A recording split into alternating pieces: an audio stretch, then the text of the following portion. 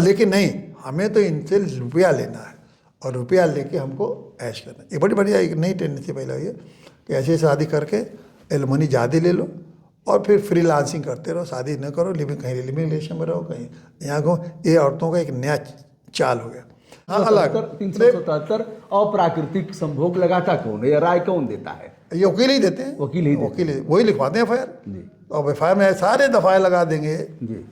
और वहाँ वकीलों का ये मिसकंडक्ट है कि आप जानते हैं कि ये दफ़ा नहीं लग सकता, लेकिन वो लगवाते हैं और ये लगा के पुलिस वालों के पास एक बड़ा भारी हथियार देते हैं। पूरे देश को, पूरे समाज को, पूरे सिस्टम को, जिसमें कि जुडिशरी और पुलिस और जज का जो सिस्टम है, उसको मैं तो समझता हूँ कि उसने इसको सबक इन लोगों को ठीक करने के लिए अपनी प्राणों की आहुति दी है कि देखें लोग।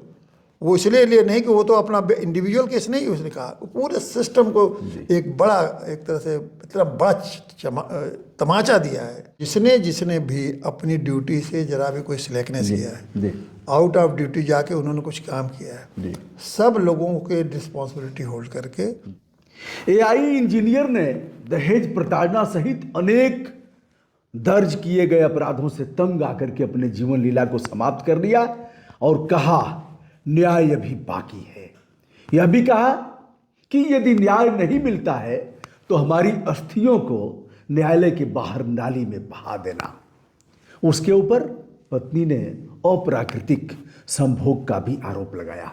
बहुधा देखा जाता है कि जब ऐसे केस लगते हैं तो एक केस दहेज उत्पीड़न का लगता है, उसके साथ कई एक केस और माता पिता सहित ननद जेठान और मतलब जो भी ऐसे हैं सबके ऊपर इस तरह के केस लगाए जाते हैं। हम हैं जो न्यायाधीश रहे हैं, CB पांडे साहब जो जजों के नेता भी रहे हैं, प्रदेश के अध्यक्ष रहे हैं, राष्ट्रीय स्तर पर भी रहे हैं, उनके साथ हैं। इसमें महिला जज को भी आरोपी बनाया गया है कि उन्होंने स्वयं 5 लाख रुपए की रिश्वत मांगा और कहा ऐसे केस तो फर्जी होते ही हैं। महिला जज से जब उसने सवाल किया कि मैडम यह क्या हो रहा है, तो उन्होंने कहा, और फिर उसी समय पत्नी कहती हैं कि आत्महत्या कर लो। जब इस बात का उल्लेख करता है AI इंजीनियर कि देश में इस तरह के तमाम फर्जी मुकदमे होते हैं जिसके कारण लोग आत्महत्या करते हैं, ऐसा आया है, रिकॉर्ड में आया है अपराध ब्यूरो के अनुसार, तो कहता है तुम भी आत्महत्या कर लो। सर सादर नमस्कार। यह मामला काफ़ी ज्वलंत है और इसको लेकर के तरह तरह की चर्चा शुरू हो गई है। इसमें पुलिस पर भी लोग आरोप लगा रहे हैं कि ऐसे फर्जी केस वह दर्ज क्यों करते हैं, दर्ज करने से रोका क्यों नहीं, समझाया क्यों नहीं, समझौता क्यों नहीं किया, और फिर न्यायपालिका भी इसमें कटघरे में आ रहा है। यह मुकदमा, इस तरह के फर्जी मुकदमों का प्रचलन है, किस दृष्टि से इसे आप देखते हैं? थोड़ा सा इसके पृष्ठभूमि में जाइए और देश के लोगों को पृष्ठभूमि में जाना चाहिए कि इस कानून की परिणति ऐसे क्यों हुई। बहुत कुछ साल पहले 80 के दशक में पूरे देश में, खास करके देहाती क्षेत्रों में दहेज को लेके इतना लोगों में लालच हो गया था कि सब अधिक से अधिक दहेज मांगते थे और दहेज अगर लड़कियां नहीं ला पाती थी तो उनको प्रताड़ित करते थे और बहुत सी लड़कियां सुसाइड कर लेती थी। काफ़ी संख्या में सुसाइड लड़कियों ने किया केवल दहेज के प्रताड़ना के नाते कि वो अपने माँ बाप से पैसा नहीं ले पाए और यहाँ उसको प्रताड़ना हो रही है तो माँ बाप देने की हैसियत में रहते नहीं थे, तो ऐसे घटनाएं बहुत हुई। तब ये एक्ट आया, अमेंडमेंट हुआ इंडियन पेनल कोड में कि नॉर्मली दहेज के लिए प्रताड़ना करना कोई अलग से अपराध नहीं था। धारणा तो 323, 324 का तो अपराध ही है, किसी मारी पीटी IPC में। तो उन्होंने 498 का एक डाला कि दहेज के कारणों से अगर आप किसी को प्रताड़ना करते हैं तो उन्होंने उसको एक विशेष अपराध घोषित किया।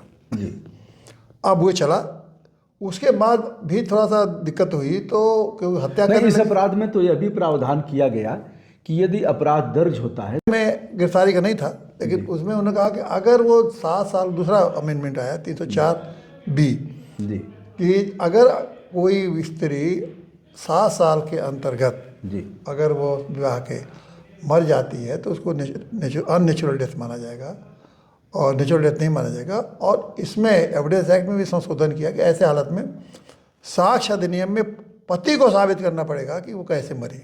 जी और उसमें कहा कि अगर डाउरी से रिलेटेड है तो इसे उसमें भी डाउरी था। जी माना जाएगा कि दहेज हत्याकांड से वो मरी गए, दहेज हत्या माना गया उसे। जी तो एक तो टॉर्चर है 498, लेकिन 304 भी दहेज हत्या है दहेज के नाते, और पर इससे कुछ मुकदमे में कमी आई। जी लेकिन धीरे धीरे इस पूरे कानून ने एक नया रूप ले लिया।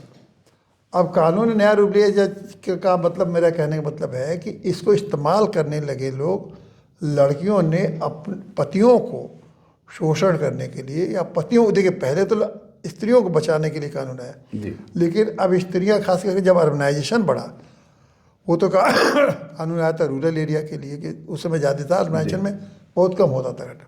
जी जब शहरीकरण तेजी से हुआ, अब बताइए तब की बात 80 और 90 के दशक की बात कर रहे हैं, तब आया कि अब महिलाएं पढ़ी लिखी और अपने स्वच्छंद होने लगी, थोड़ी थोड़ी बात पर पतियों से संबंध बिगड़ने लगे। जी अब इसके लिए पतियों पर दबाव डालने लगी। बहुत से स्त्रियां चाह के लिए कि हम तुमको तलाक दे दो। तलाक की इतना आसान व्यवस्था भारत अपने हिंदुओं में है नहीं, जी तो वो तलाक नहीं देने लगा तो फिर टॉर्चर करने लगी, और टॉर्चर करने के लिए पति को पहले फंसाएं, फिर उसके बाद उनके पूरे परिवार, उनके रिश्तेदारों को फंसाने लगी। तो इस चीज़ को सुप्रीम कोर्ट ने तमाम जजमेंट में नियंत्रित करने की कोशिश की, लेकिन स्थिति ये हो गई आज जी कि अब एक कानून और आ गया इधर कि 7 साल के मामले में सज़ा है तो उसमें आपको जमानत कराने की ज़रूरत नहीं है, वो जी, कोर्ट हाँ में जी। जाने की ज़रूरत नहीं। 7 साल से कम की है तो है तो ये डॉरी वाला 498 वगैरह 7 साल से कम की ही सज़ा वाली। जी अब यहीं से अब शुरू होता है नया अध्याय। जी अब उनको 498 के एफ कर देंगे जी तो सजा तो उसकी, वो अरेस्ट होगा नहीं, जी तो अरेस्ट नहीं हो रहा है तो वह मजिस्ट्रेट के आदेश पर ही अरेस्ट होगा। हाँ कोर्ट में जाएगा, और कोर्ट में भी आ जाएगा तो जमानत को मजिस्ट्रेट को देना पड़ेगा। जी तो एक तरह से वो अरेस्ट नहीं माना जाएगा, जेल नहीं जाएगा। जी अब जेल न जाने से फिर एक नया तरीका निकाला गया कि FIR 498 के साथ होगा, फिर उसके बाद 377 होगा। अब बताइए 377 भी होगा, 376 भी होगा, मतलब अपने ही पति पर 376 का है कि दोनों थोड़ा सा डिफाइन करिए। आप बता रहे 376 और नेचुरल डेथ है, मतलब सोडोमी कही है जैसे। जी अब बताइए कि अपने पत्नी पर वो सोडोमी भी करेगा और अप्राकृतिक मतलब सेक्स करेगा, और जो प्राकृतिक सेक्स है उसको भी करेगा। तो कहते हैं दोनों का अपराध बताती है कि हमारी इच्छा के विपरीत उसने मैंने ये हमारे साथ इस तरह का अपराध करते हैं, ताकि उसमें सब किसी में आजीवन कारावास है, किसी में 20 साल की सजा है, ताकि ये लोग जेल FIR दर्ज होते हुए जरूर जाए। और उसमें दरोगा मिलके उनसे, अब जब FIR दर्ज हुआ तो दरोगा टॉर्चर करता है कि इन्वेस्टिगेटिंग ऑफिसर की पैसा दो, नहीं तो हम तुमको इसमें अरेस्ट कर लेंगे। उससे भी पैसा लेता है, लड़के से भी और लड़की से, तो वहाँ से सिलसिला शुरू हो जाता है। अब देखिए FIR जो शोषण का सिलसिला यहीं से शुरू हुआ। यहीं से वो उस FIR के नेचर में बदलाव आया, दूसरे बड़े बड़े दफ़े लगाए गए, और फिर उसमें ये भी लिखा गया कि एक तो पहले पति पर चला, फिर उसके आगे और प्रेशर बनाने के लिए पूरे परिवार पर लगाया कि ये लोग भी मारे पीटे। और मज़ेदार बात यह है कि एक मुकदमे तो मेरे सामने था कि जो सास थी उस पर भी मेरे सामने आया, मैंने जज के सामने बहस किया तो कहा कि सब ये बताइए सास कैसे उसके साथ अपने बहू के साथ अननेचुरल सेक्स कर सकती है? भाई दोनों तो फीमेल ही है ना, तो वो कैसे? ये क्या यह भी अपराध में था कि सास? हाँ लिखा कि सारे लोगों ने हमारे सास ससुर और अच्छा। हमारे साथ अननेचुरल संबंध बनाते हैं। सबका जनरल FIR होता है कि इन लोगों ने हमारे साथ जो 370 लग गया, तो अब थाने FIR में मतलब जेठ देवर और ससुर सब ने तो सामान्य एलिगेशन है ना, FIR में तो है ही। तो अब तो कोर्ट में जाके उसको जो भी खत्म करिए, लेकिन सवाल ही तो वहाँ तो FIR दरोगा के हाथ में तो आपने हथियार दे दिया, तो अब वो सबके पर लग जाएगा कि ननद पर भी लग जाएगा 376, क्योंकि जनरल FIR होता है जी। और दरोगा को पता तो कहेगा हम तफ्तीश करें, देखेंगे अभी तो FIR है, हम सबको गिरफ्तार करें। अब ये सब प्रेशर टैक्टिस क्या है? ये तो पहले कि लड़कियां ये चाहती हैं कि हम शायद इनके रिलेशनशिप से बाहर आ जाए और एक अच्छा हैंडसम एलुमनी पैसा लेके निकल जाए, शायद उनका कोई पहले संबंध हो या कोई भी 1000 रीजन हो सकते हैं, वो तो कोई केस टू केस आपको पता लगेगा। एक तो ये दिक्कत आने लगी है। जी। अब इसके साथ साथ विश्लेषण की सबसे बड़ी बात यह है ना कि इस तरह में एक घटना हुई, मतलब पति पत्नी में मैट्रिमोनियल रिलेशन नहीं, मैट्रिमोनियल लाइफ नहीं ठीक चल रही, घटना ठीक ही है। जी अब देखिए इससे कितने केसेस पैदा करते हैं होते हैं। वो लड़की पहला तो एफ दर्ज करेगी 498 की, और जो बता रहे 377, 376 मार पीट कई दफ़ाएँ लगा के दूसरा एक तो एफ करेगी। जी अब वो एफ करते ही पुलिस के हाथ में आपकी भविष्य जो है चला गया पुलिस के। और पुलिस वाला क्या क्या करता है, हिंदुस्तान की पुलिस तो मौका चाहिए और शोषण करने का, घूस लेने का। दूसरा वो तो डोमेस्टिक वायलेंस करती है। जी अब डोमेस्टिक वायलेंस में जाके एक मजिस्ट्रेट का केस करती है और उसमें कहती है कि हमको इतना मकान चाहिए रहने के लिए, जी हमको चाहिए मेंटेनेंस इतना चाहिए, इंटरिम मेंटेनेंस हमको खाने पीने के लिए चाहिए, अगर बच्चे हैं तो बच्चों के लिए पैसा मांगेगी। तो एक तो ये शुरू हो गया। फिर उसके बाद सीआरपीसी में एक पुराने सीआरपीसी में 125 था, मेंटेनेंस के लिए अलग से दाखिल करेगी कि मुझे आपने इतना पैसा रुपया मेंटेनेंस के लिए, तीसरा मुकदमा हो गया। फिर वो जाना चाहती नहीं है पति के यहाँ, फिर भी वो डिस्ट्रीब्यूशन ऑफ कॉन्जुगल राइट का मुकदमा दाखिल करेगी कि हमको पति ले नहीं जाना चाहते हैं, वो डालेगी। फिर डाइवोर्स का केस चलेगा। और सबसे बड़ा बात है कि ये सारे कानून वहाँ केस चलेंगे जहाँ की स्त्री जो लड़की जहाँ रहती है। आप अमेरिका में भी है तो वहीं यहाँ केस चलेगा। अब भले अमेरिका से आपको बुलाया जाए तो आप बेंगलोर में है, कलकत्ता में है, कहीं भी है, लेकिन मुकदमा वहीं चलेगा। यह भी एक कारण हुआ कि बेंगलुरु से बार बार उसका आना, और फिर न्याय की उम्मीद सर्वथा खत्म होना। अच्छा, और कितने कोर्ट में, एक तो फैमिली कोर्ट में लगे चलेगा, एक मजिस्ट्रेट कोर्ट में चलेगा, जैसे फैमिली कोर्ट में चलेगा मान लीजिए डाइवोर्स वगैरह का, चाहे मेंटेनेंस का, चाहे वो डोमेस्टिक वायलेंस का मजिस्ट्रेट यहाँ चलेगा, वो अलग कोर्ट है। तो अलग अलग कोर्टों में मुकदमे अपन जहाँ जहाँ जैसे जैसे जुडिशियल है वैसे वैसे चलता है। अब एक आदमी जो नौकरी कर रहा है, जैसे आप अभी पर्टिकुलर केस में आते हैं, इस आदमी ने, इसके खिलाफ एक इंजीनियर था, प्रोफेशनल होते हैं वो लोग, कानून वगैरह की जानकारी उतनी नहीं होती नहीं, वकील तो है नहीं या कोई उस तरह की मेंटल ट्रेनिंग भी नहीं है। अब वो वकीलों के पास जाते हैं तो वकील लोग उनका अलग शोषण शुरू कर देते हैं। वकील को शोषण नहीं कहेंगे, जब मुकदमे आएंगे तो कोई अच्छा कहेंगे भाई हम बढ़िया से बढ़िया वकील चाहिए, तो कोई वकील 1 लाख फीस मांगेगा, कोई 50,000 मांगेगा, जैसे जिसके होता। तो उसको आप शोषण न कहिए, लेकिन यह है कि वकीलों का दबाव, पैसा बेचारा, तनख्वाह का पैसा वकीलों को दे रहा। मतलब पुलिस का जो आचरण है उससे अलग वकीलों को रखा जाना चाहिए। नहीं, पुलिस तो मतलब बिना आधार अलग 377 अप्राकृतिक संभोग लगाता कौन है, या राय कौन देता है? ये वकील ही देते हैं, वकील वही लिखवाते हैं एफ और एफ में सारे दफाएँ लगा देंगे जी। और वहाँ वकीलों का ये मिसकंडक्ट है कि आप जानते हैं कि ये दफ़ा नहीं लग सकता, लेकिन वो लगवाते हैं। और ये लगा के पुलिस वालों के पास एक बड़ा भारी हथियार देते हैं। और ये दोनों अब सहयोगी हो गए ना कि आपने इतना ऐसे एफ लगाए और फिर दर्ज कराए और पुलिस वाले को अधिकार दे दिए कि उसका दुरुपयोग करें। तो ये सारी प्रक्रिया से एक आम आदमी, एक प्रोफेशनल आदमी 5-6 मुकदमा गुजर रहा है, आ रहा जा रहा। बेंगलोर से आना आसान तो है नहीं, वो आदमी ट्रेन से तो आएगा नहीं, फ्लाइट से आएगा, टिकट मिला कभी 10,000 का, कभी 15,000 का, कभी 20,000 का, सारा पैसा उसको डे आउट होने लगता है। और महीने में अगर 5 तारीख लग गई अलग अलग कोर्ट, हाँ वो लगती है। और वो लोग तो फिर जिस कंपनी में है वहाँ उसको तो रखेंगे नहीं, कहेंगे एक अलग, वो ये बहुत बड़ी प्रॉब्लम। और ये जैसे मालूम हो जाता है कि डिस्प्यूट कर रहा है, डिस्प्यूट में फंसा हुआ है, तो कोर्ट कंपनी वाले चाहते हैं कि इसको जल्दी से मुक्ति पाओ, क्योंकि ये तो काम भी नहीं करेगा, उसका रेपुटेशन खराब होता है, तनाव में रहता है कि क्या। अब दिन रात वो सोचता है कि इसका जवाब कैसे दें, इस होता है इसका जवाब कैसे। मुख्य बात। दूसरी बात यह है कि इस बीच वो महिला जो उसकी पत्नी है, उसको जो पत्नी होने का जो उसको हक मिला, पति हो करने का हक, और उसके साथ जो उसको ऑब्लिगेशन है, उससे भी वंचित हो गया। तो एक तो फाइनेंशियल लॉस, दूसरा टॉर्चर पुलिस का, वकीलों का फीस, दरोगा का फीस, और जो पति पत्नी का रिलेशनशिप होता है, सेक्सुअल रिलेशनशिप साफ है, उससे भी वंचित, उस सुख से भी वंचित। तो अब ऐसे में तीसरा एक और सुख है जो बड़ा सुख है, अपने बच्चे से भी वंचित। अच्छा, उसके बाद बच्चों का कोर्ट का रवैया क्या होता है कि कोर्ट का रवैया कि छोटे बच्चे हैं तो हम भाई पति के पास देंगे नहीं, माँ का, उसका अलग टॉर्चर। तो ये बताइए कि एक मामूली मैट्रिमोनियल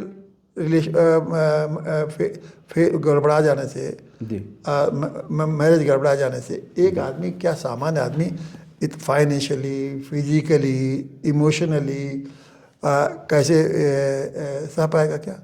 तो इस नाते कोई भी सामान्य आदमी के लिए कितनी बड़ी कठिनाई होगी। और इन सारी चीज़ों को अवेयर हैं, बीच बीच में सुप्रीम कोर्ट कहता भी रहता है, लेकिन सरकार ने इस कानून पे अभी तक ऐसा कोई बदलाव नहीं लाया कि इस व्यवस्था को हम कैसे ठीक करें, कि ताकि अगर ऐसा सवाल हो तो सारे मामले एक ही कोर्ट में हों, एक ही अदालत में हों, जल्दी फैसले हों, ताकि इतना लंबा पीरियड तक न जाने पड़े।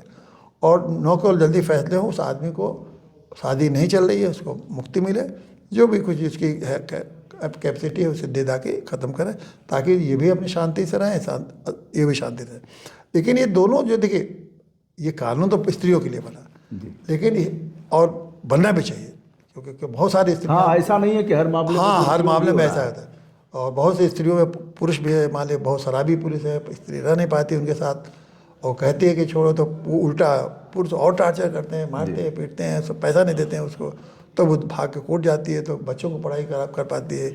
तो ये होता है। लेकिन ऐसे कुछ मामले होंगे, जैसे इस मामले में 6 महीना ही रही उनके साथ जी, और 6 महीने रहने के बाद उन्होंने खेल शुरू कर दिया स्त्री ने, और ऐसे ऐसे आरोप लगाए जो जिनविन मामले में, जिसमें औरतों को जिनविन परेशान है, वो इस तरह का आरोप 377 और 376 का मुकदमा नहीं करते हैं। इस तरह से ऐसी घटनाएं जो जिनविनली है, पर ये जहाँ ये दफ़ा लगा समझ लीजिए जिनविन नहीं है।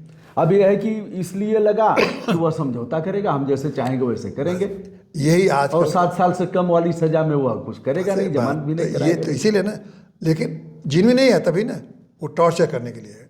जिनविन होता तो उसको एक मेंटेनेंस चाहिए अपने, जाके अलग करके वो रहेगी प्रॉब्लम हो। अब ये बताइए, इस पूरे घटना में भूषण जी, मैं एक बात को, उस आदमी के जो 25-24 पेज का जो स्टेटमेंट है, जो भी पूरे देश में अभ्यास का विषय बनना चाहिए।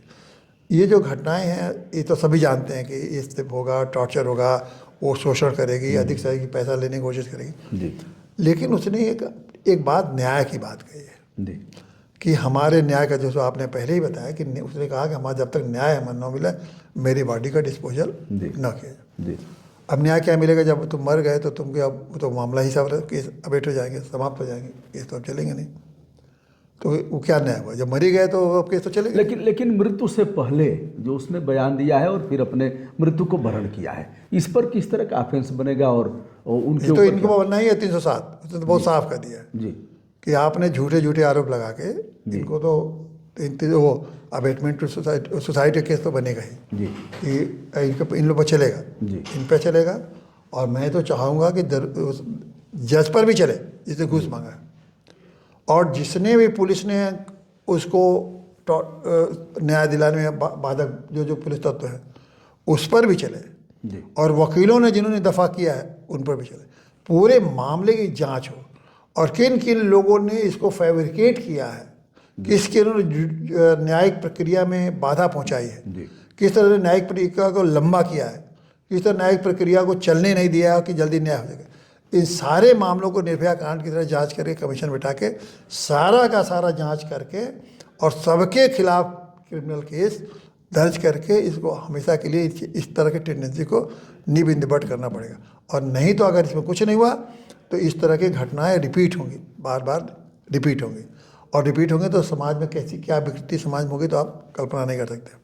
अब तो इसने रास्ता दिखा दिया कि भाई तुम नहीं लड़ पाओगे तो मरो।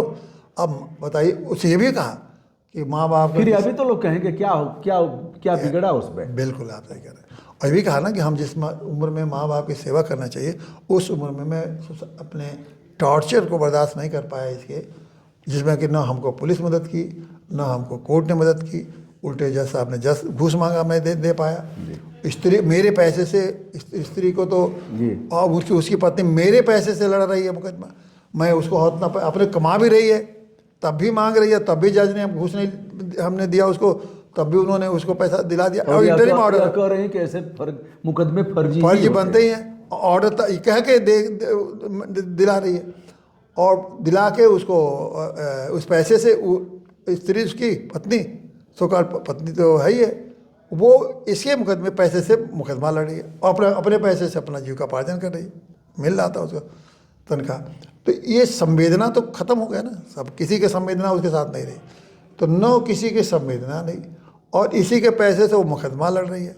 और उसने ये भी कहा कि हमारे टैक्स के पैसे से जी पुलिस वाले ऐश कर रहे हैं घूस, और अपना ड्यूटी तो कर नहीं रहे, उल्टे हमको परेशान कर रहे हैं।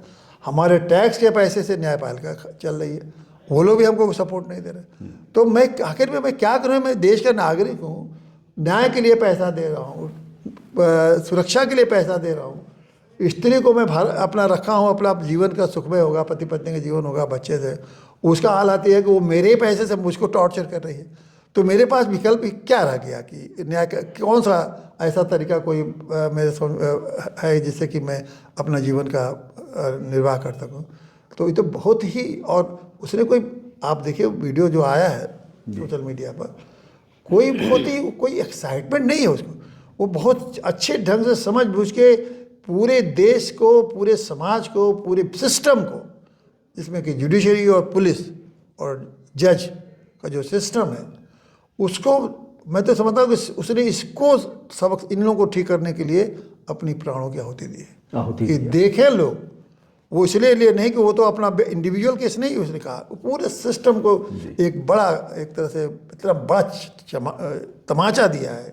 यही तुमने 75 साल में यही न्यायपालिका बनाए, 75 साल में तुमने यही पुलिस सिस्टम बनाई, 75 साल में इस तरह के जजेस को अपॉइंट कर रहे हो जो इस तरह कह रहे हैं कि ऐसे कैसे फर्जी हो रहे हैं और घूस के साथ घूस मांग रही है ताकि हम तुम्हारा ख़त्म कर दें। और ये इंटरिम ऑर्डर है, कोई फाइनल ऑर्डर नहीं। अगर तुम फाइनल ऑर्डर कर देते, मान लो 4 महीने में उसका मुकदमे का फैसला हो गया होता, 6 महीने में हो गया था, 1 साल हो गया, तो 4 साल का टॉर्चर नहीं होता ना। टॉर्चर होता तो मान लो 1 साल होता, हारता जीता अगले कोर्ट में जाता, और फिर वो दूसरे पक्ष हारता तो जीतते हैं। अब ये बताइए, सिर्फ वो महिला उसके पास रही है 6 महीने और 1 लाख करोड़ से 3 करोड़ के लिए, ये तुम पत्नी का निर्वाह तो किया नहीं तुमने, और हमसे 3 करोड़ रुपया मांग रही। अगर तुमने 10-5 साल हमारे साथ बिताया होता तो तुम्हारा हक ही बनता था कि भाई अब मैं कहाँ जाऊँगी, अभी तो तुम्हारी कम उम्र होगी, तुम दूसरी जगह शादी कर सकती हो, दूसरी जगह शादी करना कोई अपराध तो है नहीं, जाके तुम शादी कर लो हमसे बात तो लेकिन नहीं, हमें तो इनसे रुपया लेना है और रुपया लेके हमको ऐश करना है। ये बड़ी बढ़िया एक नई टेंडेंसी पहले हुई है कि ऐसी शादी करके एलमनी ज़्यादा ले लो और फिर फ्रीलांसिंग करते रहो, शादी न करो, कहीं लिविंग रिलेशन में रहो, कहीं यहाँ को। ये औरतों का एक नया चाल हो गया। लेकिन इसके साथ साथ ये बिल्कुल नहीं भूलना चाहिए कि पुरुषों के द्वारा भी या पुरुष के परिवार के द्वारा भी बच्चियों पर टॉर्चर होते हैं। तो ये भी तो सिस्टम को ही देखना है ना कि जहाँ जिन्हें हो जी समयबद्ध यदि निस्तारण हो, समयबद्ध निस्तारण से बहुत सारी समस्या हो जाएगी। आप एक जज 25 जज रखिए, आखिर वो पैसा ले रहे हैं कि नहीं ले रहे हो? एक एक कागज, एक एक पन्ने का पैसा तो आप लेते हैं उससे मुकदमा चलाते हैं तो पैसा लेके चलाते हैं। तो जब वो पैसा देने को तैयार है और लेते ही है, टैक्स से लेते हैं, और फिर कोर्ट में जाते हैं तो स्टैम्प ड्यूटी ये वो, वकीलों की फीस ये वो किसी तरह सब लेके ही तो कर रहे हैं ना। तो आप रखिए जज जैसे भी हो देव। तो आप एज देखिए कि अब आप कोई 22 साल 23 साल की उम्र में आप इस तरह मुकदमे आते हैं तो 35 साल 40 साल की उम्र में उसको तय करेंगे तो आप ही ने, सरकार के सिस्टम ने उसकी जान ले ली, उसका पूरा मैट्रिमोनियल लाइफ तो ख़त्म ही कर दिया ना। तो एक तो उसके मैट्रिमोनियल लाइफ ख़त्म, उसके पैसे बर्बादी, उसको हरेसमेंट, सोशल, और अंत में बहुमूल्य जीवन, बहुमूल्य जीवन। तो ये समझ लीजिए कि इस दृष्टि से इस पूरे समाज को देखना पड़ेगा। खाली ये नहीं कि घटना है निराश होकर आदमी ने सुसाइड के लिए, ये नहीं है, उस निराश होकर सुसाइड वाला मामला नहीं है। उसने पूरे देश के न्याय व्यवस्था को, पुलिस व्यवस्था को, पूरी जो तंत्र है, तंत्र व्यवस्था को ऐसा तमाचा दिया कि अगर नहीं सुधरेंगे लोग तो देश माफ़ नहीं, समाज माफ़ नहीं करेगा। सर एक चीज़ हमने देखा है अब इसमें, जैसे पुलिस भी दोषी है, वह परिवार भी दोषी है, न्यायपालिका भी दोषी है, अधिवक्ता भी दोषी है, सबको आपने कटघरे में खड़ा किया। एक व्यवहारिक चीज़ आती है, मैं देखा हूँ, जैसे थाने पर कोई महिला गई तहरीर लेकर के, 1 बार गई 2 बार गई, अगर नहीं दर्ज होता है तो कप्तान के पास जाएगी। तो कप्तान डांटेगा, कहेगा दर्ज क्यों नहीं हुआ, और कप्तान अगर नहीं सुनता है तो ऊपर जाएगी। तो सब पल्ला झाड़ते हैं कि भैया दर्ज करके अपना पिंड छुड़ाओ और सब न्यायपालिका पर थोप दो, न्यायालय जो करेगा वो करेगा। तो वहाँ से तो कोई न्याय मिलने से रहा, और फिर न्यायपालिका में जाएगा तो जज साहब और जज साहिबा ऐसे करेंगे, तो जज साहब पर एक्शन कौन लेगा? तो यही तो पूरा सिस्टम है ना जी, यही तो सिस्टम है। मैंने पहले ही आपसे चर्चा के दौरान कहा, इस केस में पूरी तरह से जांच हो जी, और जिसने जिसने भी अपनी ड्यूटी से जरा भी कोई स्लैकनेस किया है, जी आउट ऑफ ड्यूटी जाके उन्होंने कुछ काम किया है, जी सब लोगों के रिस्पॉन्सिबिलिटी होल्ड करके जी और एक बार बहुत स्टर्न एक्शन जी इन पर तो लिया ही जाए जी। और साथ में आगे के लिए बता दिया जाए कि अगर ये इस तरह की घटनाएं और आने वाले सिस्टम में या जज करें या पुलिस करे या जो लोग भी रिस्पॉन्सिबल हो, झूठे वकील लोग तो झूठे FIR लिखवाएं, उस सब के खिलाफ ये एक्शन लिया जाएगा। तो मैं समझता हूँ कि ये घटनाओं की पुनरावृत्ति नहीं होगी। कि आखिर में निर्भया में आपने जब आया तो इतने तमाम आपने जी, नियम कानून बना के नहीं CRPC में अमेंडमेंट किए, इसमें भी अमेंडमेंट करिए।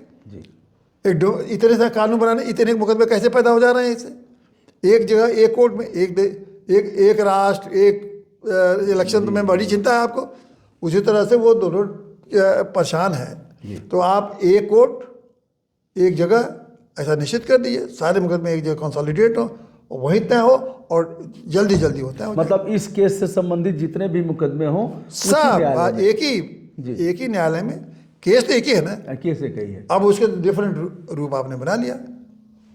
अगर उसका उस तरह का कानून गलत है तो अलग स्पेशल एक्ट बनाइए। एक ऐसा स्पेशल एक्ट मैट्रिमोनियल का बना दीजिए जिसमें सारी चीजें कवर हो जाए। अच्छा, यह भी तो है जैसे MP MLA कोर्ट के मामले उसी तरह से बना मामलों की सुनवाई समयबद्ध होती है। एग्जैक्टली इसी तरह से आपको जब महिला इस तरह से सामने आया है तो कानून तो आपके बनाना हाथ है भाई। कानून बना के एक अदालत सारे मुकदमे एक जगह सुने जाए। आप ऐसा नियम बनाए कि एक ही मुकदमे में मुकदमे में सब आ जाए, जी, तब ये सब बहुत आप देखिए कमी आ तो जाए। यह काम तो सदन करेगा। हाँ, पार्लियामेंट्री तो भारत अच्छा, सरकार करेगी। संसद नहीं करता है तो आम आदमी को क्या करना चाहिए? अब सांसद आम आदमी तो चिल्लाते हैं, आप लोग तो जैसे आप ये डिबेट करा रहे हैं, आप क्यों डिबेट करा रहे हैं कि भैया संसद तो इतना जल्दी सुनने वाला नहीं है। उनको तो उनकी संवेदनशीलता तो सबसे कम है। उनको तो खाली वोट बैंक का दिखाई देता है। तो जहाँ वोट बैंक अगर इसी में और आप लोगों ने अगर इस मामले को खूब उठाया तो वोट बैंक उनका हिलने लगेगा। और महिलाओं का वोट बैंक लगेगा, पुरुषों का वोट बैंक हिलेगा, तो मजबूरन में कर लेंगे।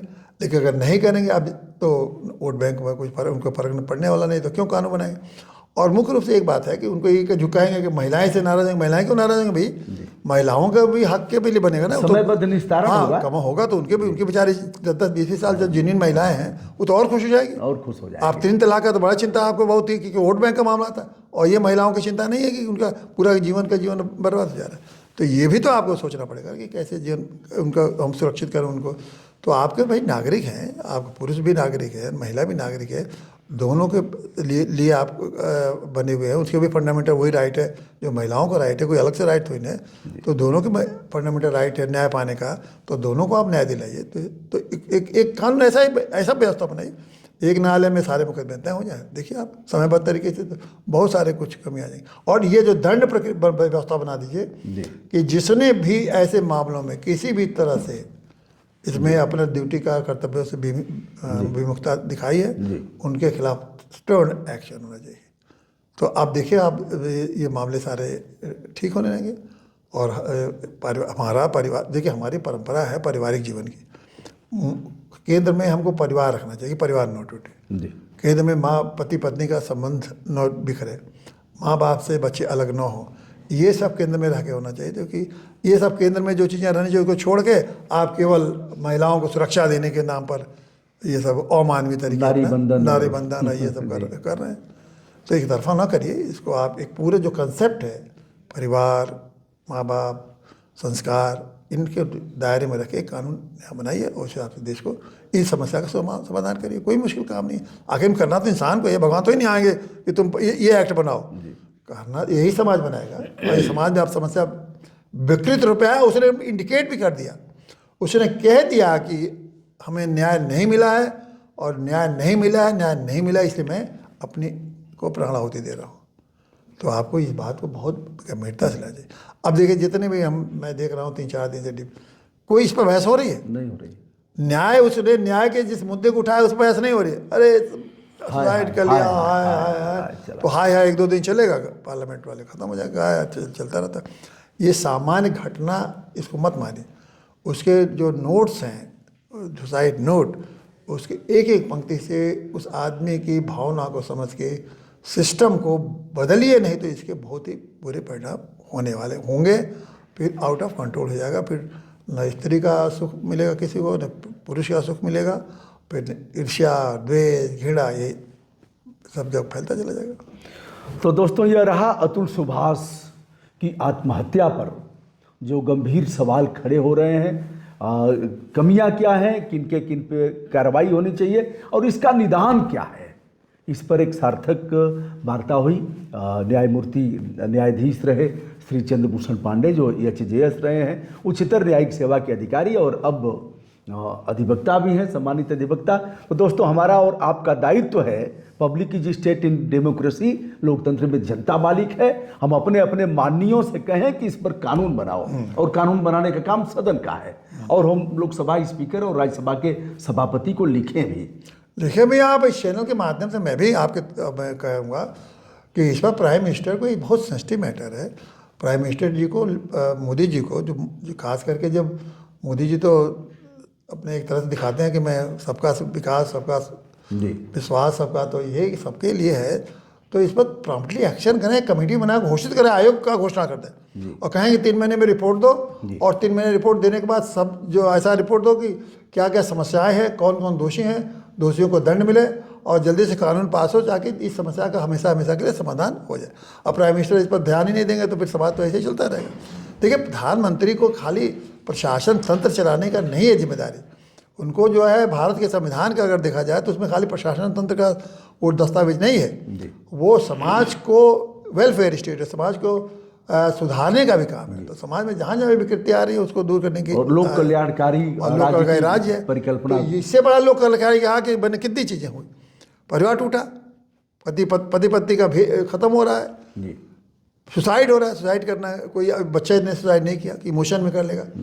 और जिस तरह से वो वीडियो आया है उसमें आप देखिए इमोशन नहीं है, उसमें एक बहुत ही गहरा दुख प्रकट हो रहा है, बहुत ही गहरा दुख।